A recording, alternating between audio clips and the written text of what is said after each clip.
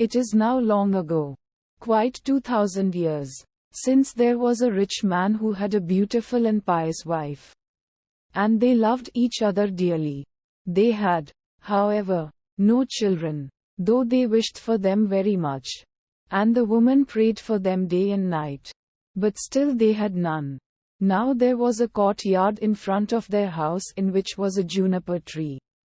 And one day in winter the woman was standing beneath it, paring herself an apple. And while she was paring herself the apple she cut her finger. And the blood fell on the snow. "Ah," said the woman, and sighed right heavily, and looked at the blood before her, and was most unhappy. "Ah, if I had but a child as red as blood and as white as snow." And while she thus spoke, she became quite happy in her mind, and felt just as if that were going to happen.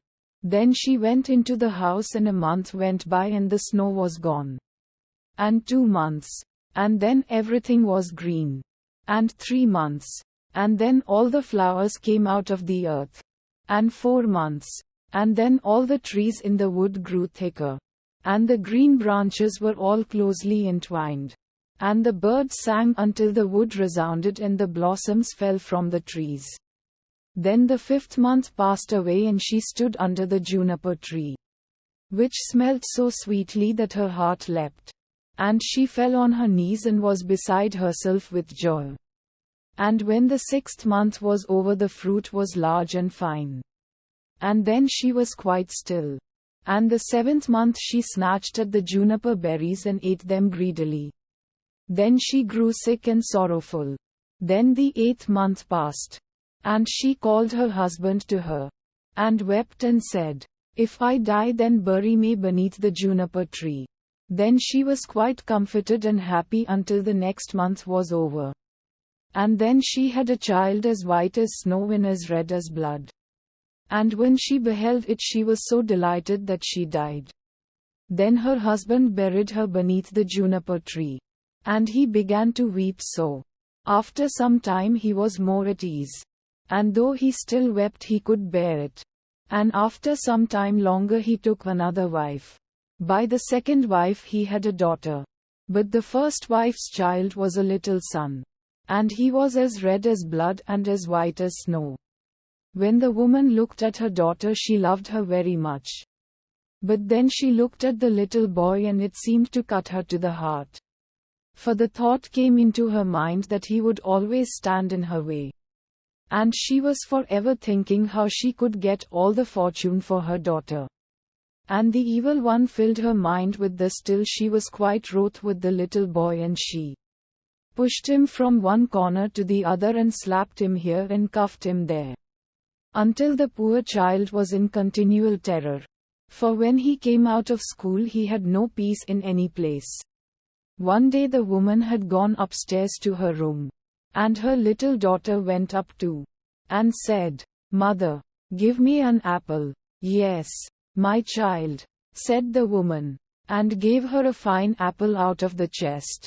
But the chest had a great heavy lid with a great sharp iron lock. "Mother," said the little daughter, "is brother not to have one too?" This made the woman angry. But she said, "Yes, when he comes out of school." And when she saw from the window that he was coming, it was just as if the devil entered into her. And she snatched at the apple and took it away again from her daughter. And said, "You shall not have one before your brother." Then she threw the apple into the chest. And shut it. Then the little boy came in at the door. And the devil made her say to him kindly, "My son, will you have an apple?" And she looked wickedly at him. "Mother," said the little boy, "how dreadful you look." "Yes, give me an apple." Then it seemed to her as if she were forced to say to him, "Come with me."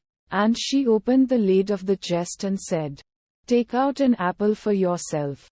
And while the little boy was stooping inside, the devil prompted her, and crash, she shut the lid down.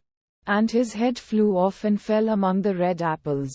Then she was overwhelmed with terror, and thought, If I could but make them think that it was not done by me. So she went upstairs to her room, to her chest of drawers, and took a white handkerchief out of the top drawer, and set the head on the neck again, and folded the handkerchief so that nothing could be seen. And she set him on a chair in front of the door, and put the apple in his hand.